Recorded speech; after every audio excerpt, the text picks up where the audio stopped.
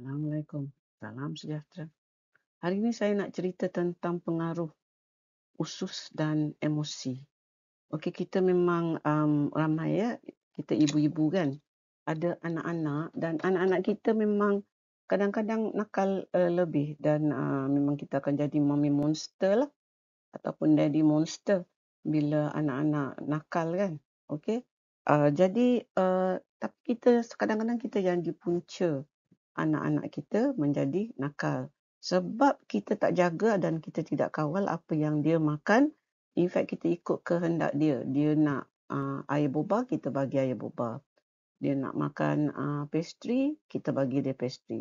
Dia nak makan sausage, kita bagi sausage.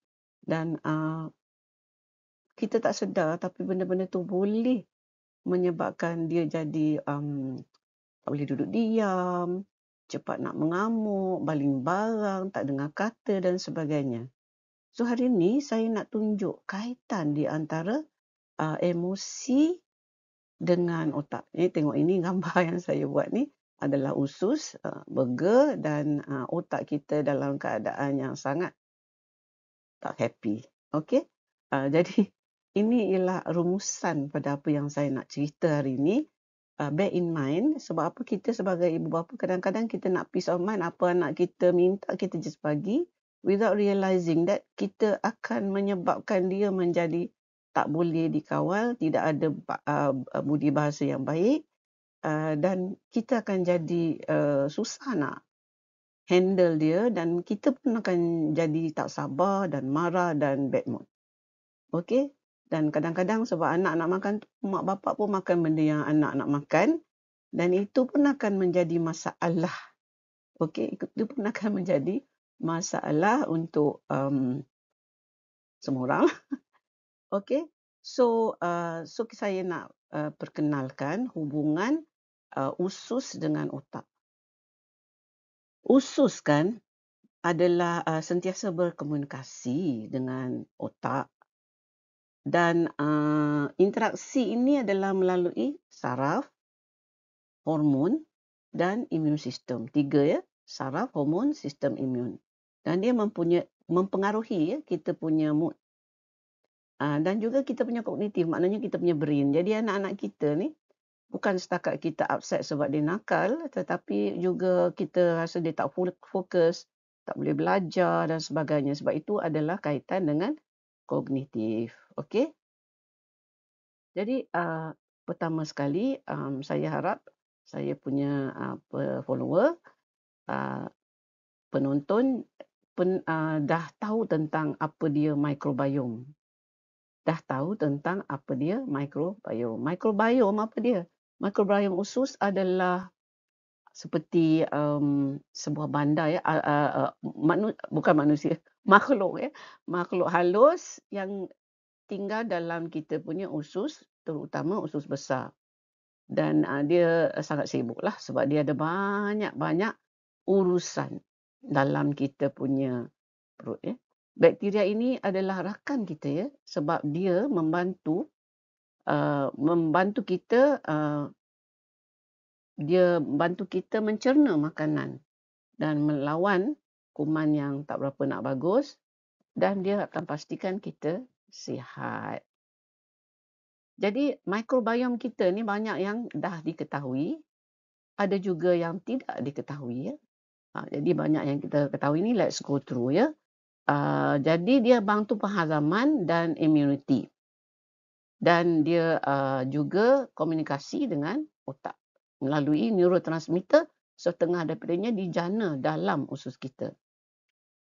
Dan dia bermain peranan utama dalam kesejahteraan kita punya emosi. Okey. Alright, apakah microbiome usus? Jadi kita tadi saya dah bagi tahu bahawa dia adalah sebenarnya sebagai pasukan pekerja yang ada dalam kita punya kolon. Dia memecahkan makanan ya. Dia akan memecahkan makanan yang kita sendiri tidak boleh hazam. Jadi maknanya soluble fiber kita sendiri tidak boleh nak hazamkan dia. Jadi usus kita dengan enzim yang ada dalam badan kita tidak dapat nak hazam. Tetapi dengan pertolongan mikrobiom kita yang baik, banyak rakyat baik lah. Rakyat yang tak baik kita tak payah nak kira lah, sebab rakyat yang tak baik dia tidak membantu kita pun. Jadi rakyat-rakyat ataupun penghuni usus besar kita yang baik-baik ni, dia akan pecahkan soluble fiber atau serat dan mengubahkannya menjadi bahan yang kita nak pakai, yang berguna. Okey. Jadi kalau kita tengok gambar ni, gambar rajah ni, dia menunjukkan aktiviti dalam usus besar kita, ya. Jadi ini atas ni adalah serat yang kita makan lah. Ada pisang lah, buah dan sebagainya, nanas dan sebagainya. Ini adalah serat yang kita makan. Dan ini mikrobiom yang ada dalam kita punya colon. Dan dia akan hasilkan metabolite. Antaranya short chain fatty acid dan butyrates. Ya. Jadi usus anda adalah rumah kepada trilion-trilion makhluk kecil mikrobiom. Dan mereka ini akan makan serat. Dia kan ada proses fermentasi dan makanan dia adalah metabolite tu. Dan dia akan menjanakan kita punya short chain fatty acid. Dan makhluk kecil ini sebagai satu pasukan. Dia menukar kita punya makanan yang berbentuk sayur dan buah apa semua menjadi isyarat mesra otak. Jadi short chain fatty acid antara ni ada butyrate adalah sebenarnya isyarat signaling untuk otak ataupun kita panggil neurotransmitter otak. Jadi kalau kita tengok paksi mikrobiom usus otak, gut-brain axis. Jadi dia komunikasi adalah dua hala. Bakteria usus menghasilkan bukan directly tetapi indirectly GABA. And then serotonin. Dopamine mostly is inside the brain, but ada juga a bit of dopamine dihasilkan dalam usus juga. Jadi dia mempengaruhi tindak balas, tekanan dan perubahan emosi. Jadi kadang-kadang kita lepas makan makanan yang sebenarnya tak berapa nak baik untuk kita punya usus, mungkin lepas sejam dua kita bad mood. Pernah berlaku? Kalau pernah berlaku, now kita tahu kenapa dia berlaku. Okey? Jadi saraf vagus pula. Saraf vagus adalah saraf besar yang ada hubung kait antara usus dengan otak. Dan saraf vagus ni ramai orang yang ada masalah dalam dia punya emosi dan sebagainya sebab dia punya saraf vagus tak optima. Ya? Dia vagus nerve dia tak optima. Jadi saraf utama yang menghubungkan usus dengan otak adalah saraf vagus dan yang membawa isyarat transmitter, neurotransmitter macam line telefon, vagus tu line telefon tu, and then dia akan bawa short chain fatty acid, dia bawa bukan takat short chain fatty acid, dia bawa serotonin, GABA apa semua dan dia komunikasi dengan otak. Okey? Jadi ada lagi satu yang kita kata hypothalamus pituitary adrenal axis. Dia satu axis, maknanya dia adalah organ-organ dalam otak kita. Saya tak draw yang betul-betul, ini diagrammatic sahaja. Jadi hypothalamus ada kat situ, pituitary gland ada situ, adrenal cortex kat bawah lagi.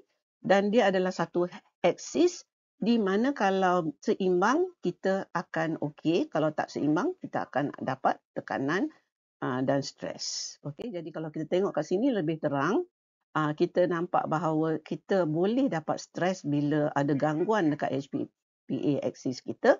Dan antara benda yang dapat mengurangkan ataupun membawa balik temperature dia ke normal, maknanya yang ini tengah mengamuk, meradang dan murung dan sebagainya. Jadi short chain fatty acid, kalau dia ada, dia boleh imbangkan balik dan jadikan suhu dia imbang balik normal. Jadi dia macam termostat lah, dia boleh ke atas dan ke bawah, dan yang boleh ke bawahkan dia adalah yang kita kata short chain fatty acid. Okey. Tadi kalau ingat balik, SCFA ini dijana oleh mikrobiom kita dengan tindakan dia ke atas serat yang kita makan. Jadi kalau kita nak tengok lagi sekali, saya ulang lagi sekali, usus dengan mikrobiom kita ada kaitan dengan otak kita. Jadi usus, healthy gut with good microbiome bacteria lah akan menyebabkan good mental health. Okey, jadi kitaran tekanan dan disfungsi usus. Tekanan mengubah mikrobiota usus. Jadi ni terbalik pula kan, tadi saya sebut pasal serat membantu, serat yang baik yang ada mikrobiom yang baik, good fiber and good microbiome will result in good mental health. Ni terbalik pula. Stres boleh mengubahkan mikrobiom kita menjadi tak bagus. Jadi radang usus boleh meningkat bila kita ada banyak sangat tekanan perasaan. Jadi it's a vicious circle. Stres dalam otak menyebabkan mikrobiom tak bagus. Mikrobiom tak bagus dan makanan yang tak bagus menyebabkan stres dalam otak. So it is what we call a vicious cycle. So how do we break this vicious cycle ya? Apa yang kita perlu buat? Jadi kalau kita nak ambil langkah-langkah ya untuk nak betulkan balik kita punya gut brain connection itu, kita kena makan makanan asli, makanan yang kaya serat, kita kena gunakan probiotik dan prebiotik dan postbiotik. Ini plus minus ya. Sebenarnya probiotik, prebiotik dengan postbiotik ni boleh terhasil sendiri kalau kita ubah makanan kita dengan gigihnya. Dan kita kena amalkan pengurusan tekanan dan rangsang otak kita punya saraf vagus. Kita kena ada a vagus stimulating activity dan saya akan tunjuk apa dia. Okay, so first of all, let's look at our food that kita makan ni. Okay, yang ini gambar cantik ya, ayam yang dimasak secara panggang dengan sayur-sayur yang berwarna-warni. It is a very good choice. But one question saya nak tanya, ayam tu ayam apa? Is it ayam yang kita beli dekat pasar di mana dia selunggur ayam tu, ais pun tak ada, apa tak ada, dia punya rantaian sejuk sudah putus and dia dibela secara komersial dalam sangka-sangka kecil, dia makan dedak yang ada antibiotik dan ayam tu sendiri tidak boleh bergerak, duduk situ makan berak dan juga dia makan antibiotik dan dedak. Daging ayam ni tak normal sebab dia akan banyak omega 6. Sepatutnya dia punya lemak ada omega 3, tetapi bila kita bagi makan dedak banyak-banyak, dia akan turn to omega 6. So inflammatory, radang ya. Sebab omega 6 pro-inflammation, omega 3 anti-inflammation, anti radang dengan pro radang. Satu. Nombor dua, dia makan antibiotik. Jadi dalam daging ayam tu ada antibiotik. Kita pun makan sama. So bagi saya, kalau orang Islam dia akan kata, kita nak ayam yang halal. Halal sebab dah sembelih lah. Tetapi adakah ayam itu taib? Tak semua ayam yang halal taib. Tak, kalau dalam Quran, kalau kita tengok, dia kata makanlah daripada makan halal dan taib. So taib is as important as halal. Jadi ayam yang taib pula. Ayam yang taib dia tak makan dedak. Dia makan real food untuk ayam. And then dia tak makan antibiotik, dia makan probiotik. Ataupun dia makan macam ayam Akina tu, dia makan pineapple enzyme. Saya bukan kata ayam Akina tu is the best. Sebab dia pun tidak free range. Tapi dia tidak masukkan dalam sangkar kecil-kecil. Dia lepas, bebas and there's a very good aeration. Ayam tu tak stres sebenarnya and dia makan pineapple enzyme. Saya agak dia juga makan dedak tetapi dia punya efek tu kurang because of dia ada this pineapple enzyme. So maknanya dia ayam bebas antibiotik. Bebas antibiotik, not free range tetapi open area. Maknanya enclosed dalam sangkar tetapi sangkar tu besar, ayam tu bebas bergerak dan berjalan, tak stres. Okay, so this is a better choice. Nak lagi better choice, ayam organic. Jadi ayam organic sepatutnya dia tak makan dedak. Dia makan real food. Kalau ada ayam dia kata organic tapi makan dedak, that is not real food. Okay? Jadi kita kena tengok label, kita kena baca, is this ABF, antibiotic free, ataupun ARF. ARF ni dia kurang baik daripada ABF. Sebab ARF dia makan antibiotik peringkat awal. Tetapi bila nak sembelih seminggu macam tu, dia off the antibiotic. So dia antibiotic residue free. Tetapi dia still makan dedak. So that is still pro radang. Those of you who eat ayam every day, ataupun anak-anak yang makan ayam every day, I'm sorry, but ayam is not the best of foods. Because mostly ayam is pro radang. Okay, it's better to take ayam maybe twice a week and then daging, especially daging grass fed, not green fed, and makan ikan laut. Ikan ternak same problem, dia makan dedak. Dia makan fish pellets tu, which is also considered as a kind of the duck. Alright. So maknanya bila saya tanya nak makan apa, your choice of the food, even though it is ayam, you still have ayam yang halal je ataupun halalan thayyiban. And dia ada grade halalan thayyiban plus grade 1, grade 2, grade 3. It's your daripada segi kemampuan. I tell you, when you rasa you tak mampu nak beli ayam yang bagus, dia punya actually it goes back to you tak mampu. Kalau you tak mampu and then anak you sakit, you mampu tak dia punya rawatan? Ataupun you mampu tak masa yang you have to spend dengan perangai, dengan kerenah dan sebagainya.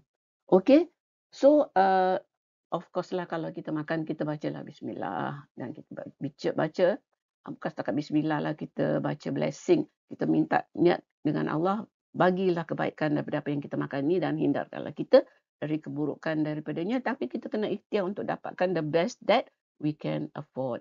Frankly speaking lah kan, kalau you beli sendiri ayam yang baik and you cook it yourself, it is cheaper than you beli ayam yang dah siap goreng.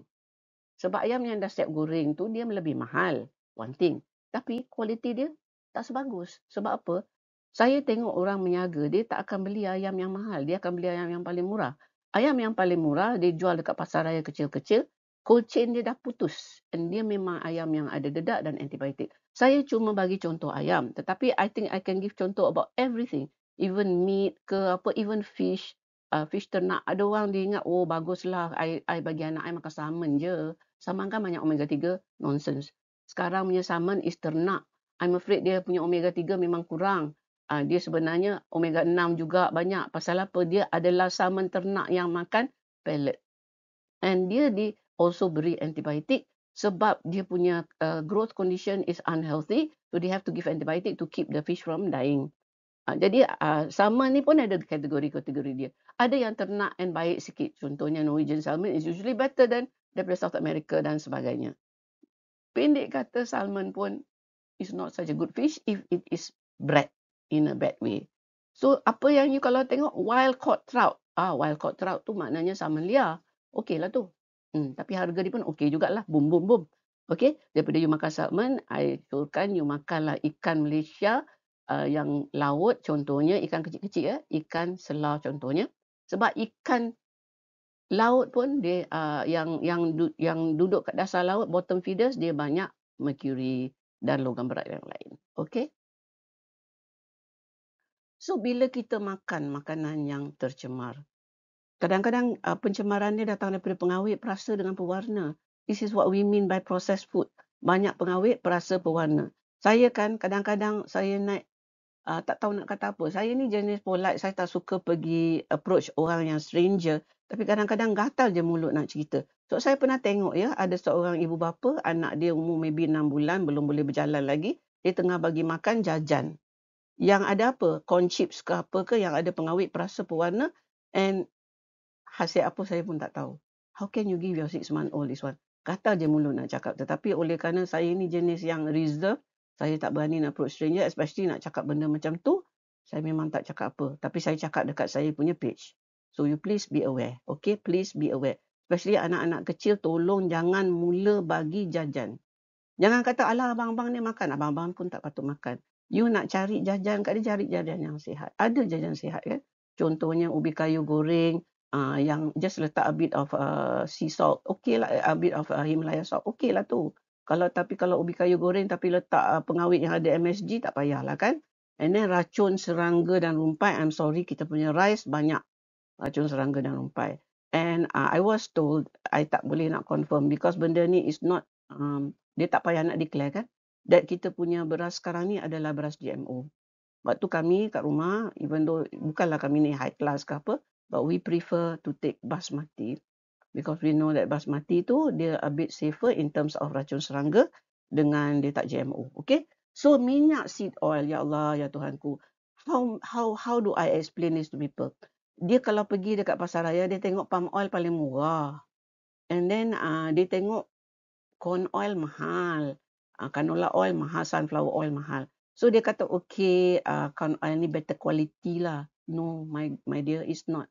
Corn oil, sunflower oil, kalau you tengok ya, kalau you tak nampak yang ni kecil sangat tulisan dia, Kalau yang bawah ni, yang line panjang-panjang ni whereby dia menunjukkan dia punya kadar omega 6 ni, yang ni semua adalah those processed oils, yang corn oil, sunflower oil, the worst is grapeseed oil. Ni semua adalah minyak yang bila you makan dia akan pro radang.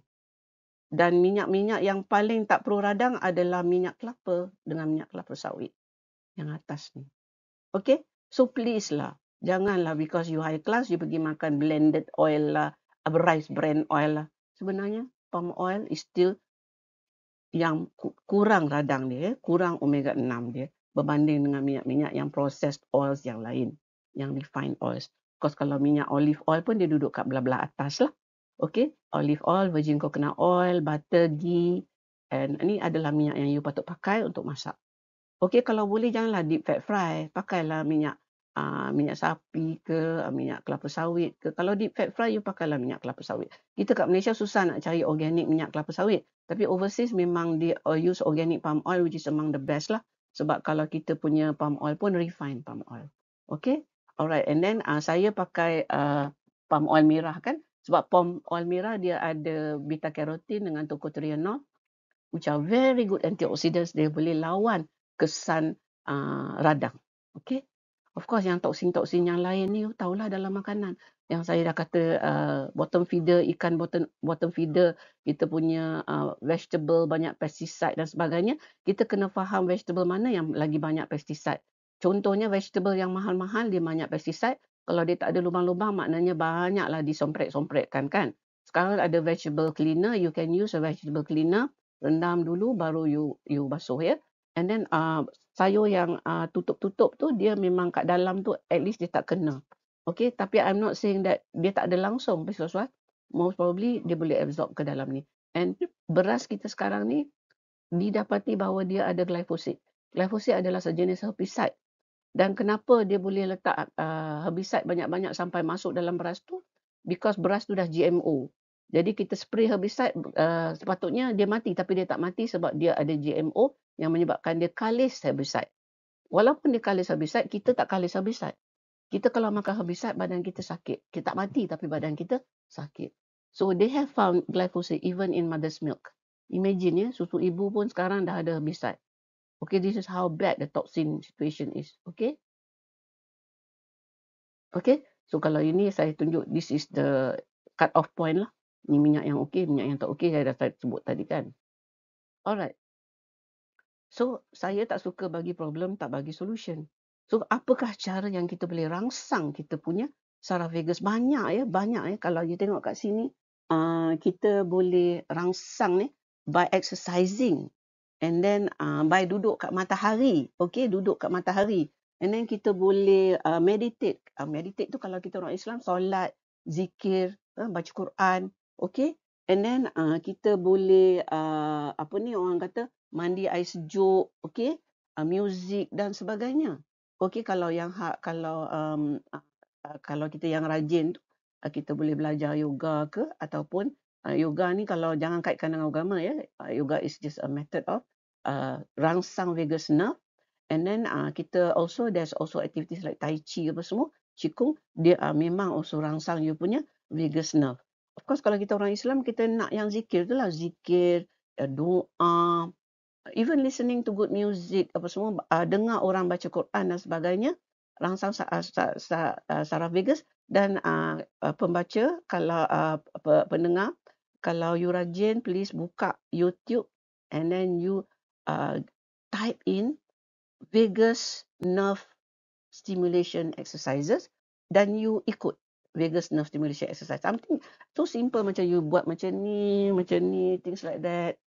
Pun boleh rangsang you punya vagus nerve. There are a lot of it. So rangsang vagus nerve is very important. Pasal apa? Vagus nerve banyak problem stress is because vagus nerve kita tak seimbang. Alright? Okay. Apa pula kita boleh orang kata guna kalau kita nak shortcut? Sebab kita dah susah sangat nak ubah kita punya lifestyle. Susah sangat nak masak sendiri. But slowly you have to get there. Tapi sekarang ni dah terlampau pincang. Anak-anak kita dah terlampau naughty. Apa kita boleh buat? Kita boleh bagi kat dia prebiotik. And kita boleh bagi probiotik. And kita boleh bagi postbiotik. Contohlah kan. Contohnya, you can add yogurt kepada anak you punya makanan. That is a postbiotic and a probiotic. Okay, tapi tak semua orang boleh makan yogurt lah. Ada yang kalau milk protein intolerant, dia tak boleh makan yogurt. Okay, jadi ada banyak benda-benda yang ada postbiotic, contohnya tapai. Okay, and probiotic, tapai also have probiotic apa semua. Prebiotic, itulah good fiber. Actually kan, I bought this fiber gummies. Ada fiber gummies. Mana dia fiber gummies? Adalah. Fiber gummies. So this is a fiber gummies and cucu saya suka. Baguslah sebab dalam ni ada soluble fiber. Dia boleh kunyah-kunyah and then dia dapat dia punya probiotic. And of course you can bagi something like spirulina. Spirulina ni dia ada prebiotic. Okay. And dia tak ada probiotic and postbiotic. Tapi ada benda lain yang ada probiotic dengan postbiotic. BE punya latest product have got prebiotic, probiotic and postbiotic. Saya dah kaji tu Next Bio. Kalau you nak video yang cerita penuh tentang Next Bio, you can PM saya akan hantar kat you. So that sebab dalam hari ni punya slideshow, presentation, saya tak bubuh cerita pasal Next Bio, but it have got very good probiotics and dia ada postbiotic dengan prebiotic. Why? Because dia akan bantu betulkan you punya gut bacteria, microbiome, iklim bakteria dan produce apa yang brain kita nak pakai very fast. Okay. So, makanan pula, yes, you kena betulkan you punya food. You makan prebiotic food tu memanglah macam brokoli apa semua tu kan. Actually, you boleh ajar. I found that anak-anak yang dah memayis 7 tahun ke atas, you can explain to them and they will understand. Semalam saya makan dinner dengan my grandchildren and kita explain why kita tak masuk kedai yang ada pastry dengan pasta.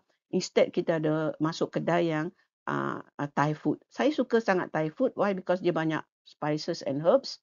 Yang bagus dia ada banyak polyphenols, antioxidants and dia very banyak color. Even dia masak dia punya meats, dia akan masak dengan sayur-sayur. Plus dia ada macam benda-benda yang fermented juga. And pendek kata real food lah kan. So dia kena, and then semalam my cucu tu, one of them, my daughter kata she doesn't like broccoli. And then I said, but broccoli is very good. It has got a lot of fiber. Dia ada antioxidant apa semua. Dia dengar and then she said, okay Nani, can I have the broccoli now? Dia ambil broccoli. Yes, I'll take some more broccoli. So dia ambil all the broccoli, she pick out and took. So benda even though mula-mula dia tak suka, dulu-dulu dia tak suka, but when she get a good explanation of why it's good for her, dia ambil.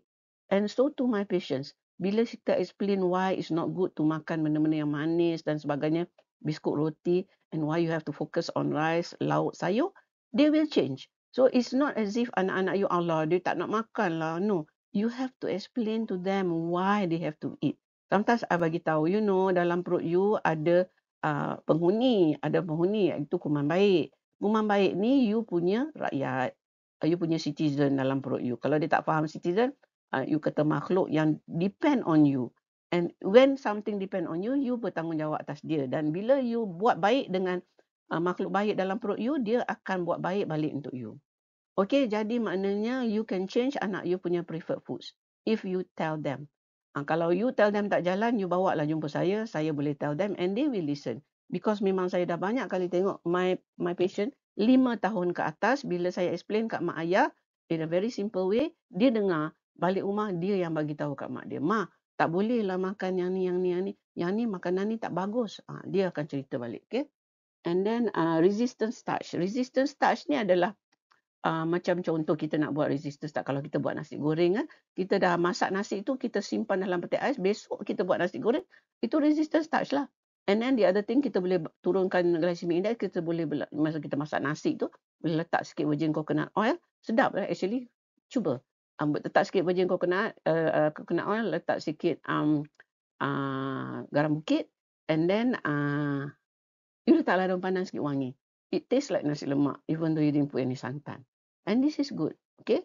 And then polyphenol rich food, these are all the yang sayur-sayur yang warna-warni dan sebagainya. The more color, the different color have different khasiat, anthocyanin lah, zeaxanthin, lutein, semua ada ya. depending on the color of the food. That's why you kena ambil variety.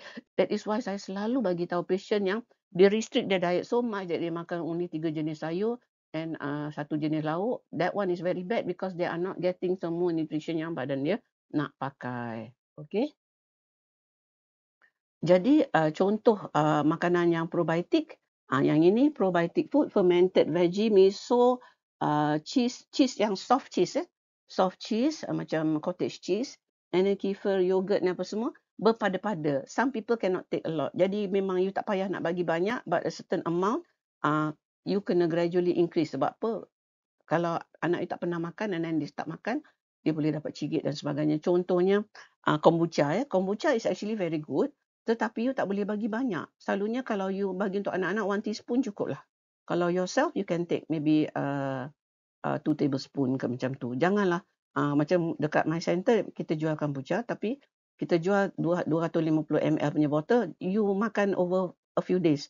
Jangan gelap-gelap habis. Tak boleh. Sebab apa? Bila kalau you tak biasa makan and then you makan tiba-tiba you punya makanan yang ada probiotik dengan postbiotik ni, dia boleh menyebabkan satu rombakan yang very strong and you akan dapat simptom macam cigit ke dan sebagainya. Okay, so these are the prebiotic, broccoli, pisang, apa semua, garlic. Bawang is also a probiotic. Jadi bawang besar, onion tu bila you masak, you put more onions. Kalau baby dia tak suka sangat rasa onion yang kalau you tak blender halus-halus. Tapi kalau you dah blender halus-halus ataupun you buat cream soup, you boleh blender all the sayur-sayur halus-halus, they still get a lot of dia punya prebiotic from there. Okay. So postbiotic pula, the same thing that contain the probiotic also contain the postbiotic. Yogurt, sauerkraut tu kobis fermented kan. Miso, cheese macam cottage cheese, kefir, sourdough, buttermilk, pickles, tempe. Tempe tu tempe raw lah. Kalau you dah goreng apa semua, postbiotic dia tak berapa bagus dah lah. Kalau produk-produk BE, very good postbiotic will be Zencozo lah. Zencozo ni dia banyak enzymes, dia banyak metabolites from fermentation apa semua, termasuklah short chain fatty acid dan sebagainya. Okay, so rumusan kesemua. We are at the end already. Tak lama ya. Rumusan kesemuanya adalah kita ada microbiome usus and then kita ada fiber. Dia produce short chain fatty acids.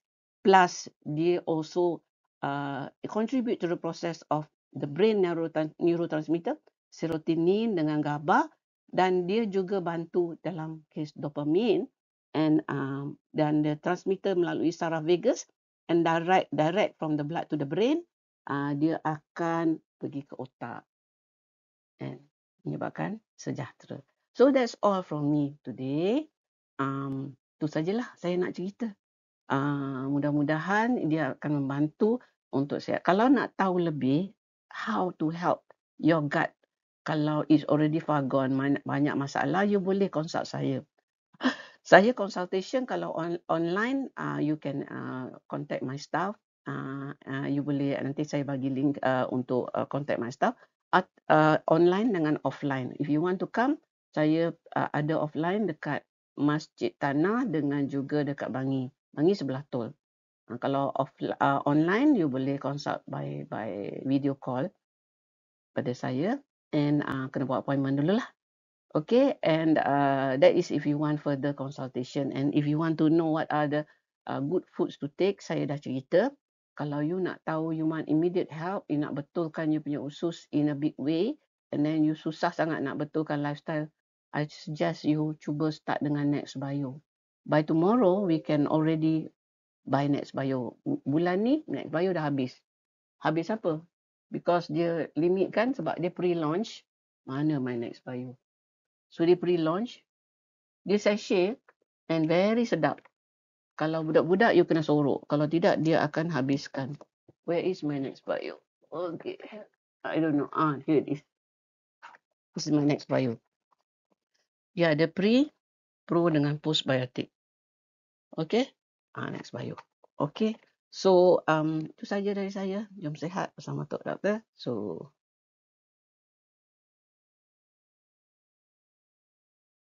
okay. Soalan you boleh tanya dekat comment area lah. Okay.